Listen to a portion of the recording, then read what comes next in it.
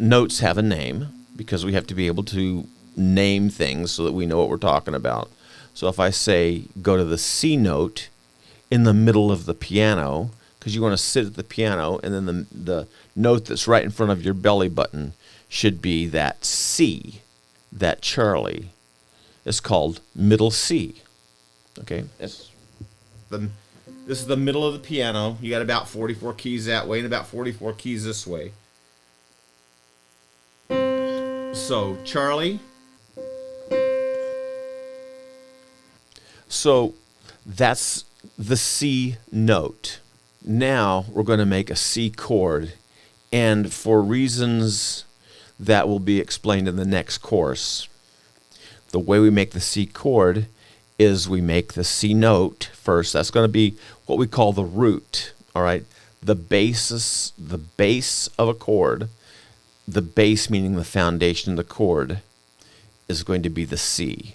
A proper chord has 3 notes in it. There are chords that are called intervals, that are called dyads, that just have 2 notes in it. That's a Charlie and an echo. Often a chord is a root, a third, and a fifth.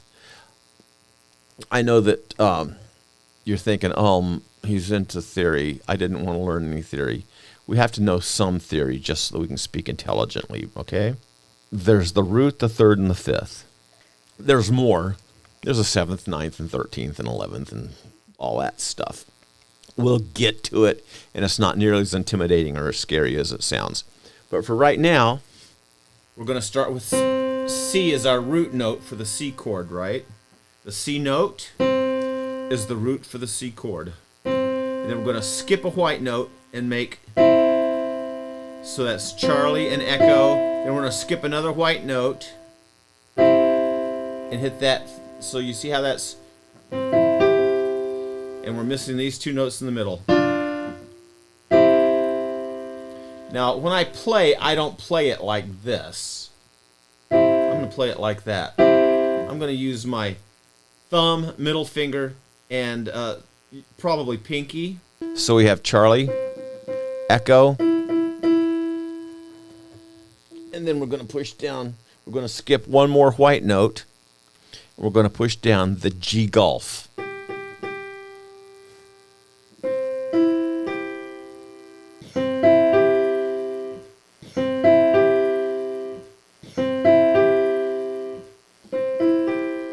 So we got 3 notes pushed down.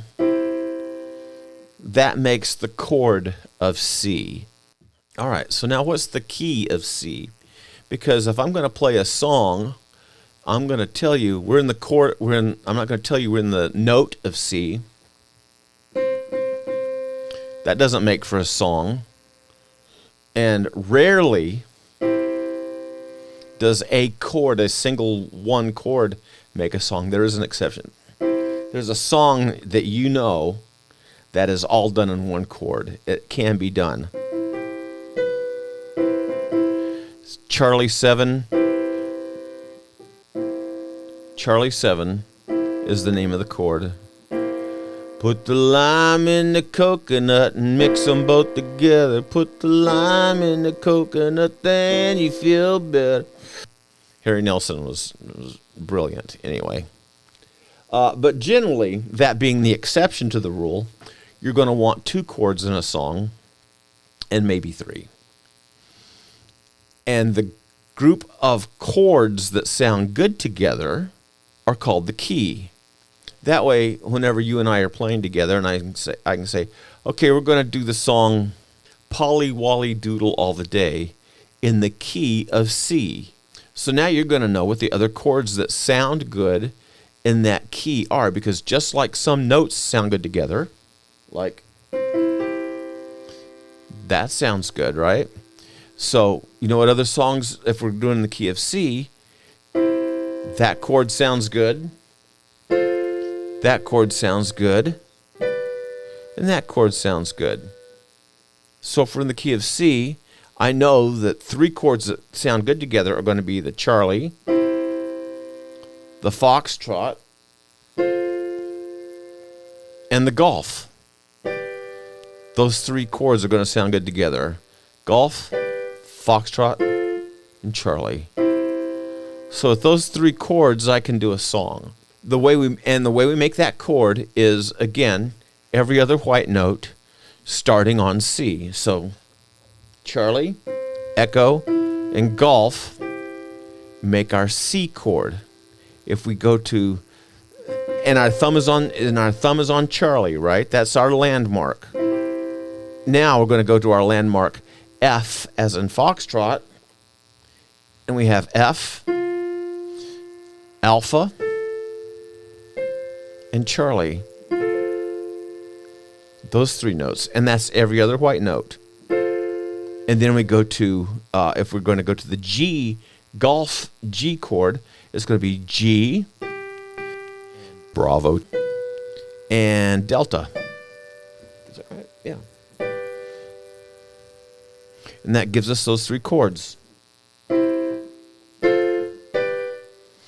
And believe it or not, you can play about 1 million songs with just that.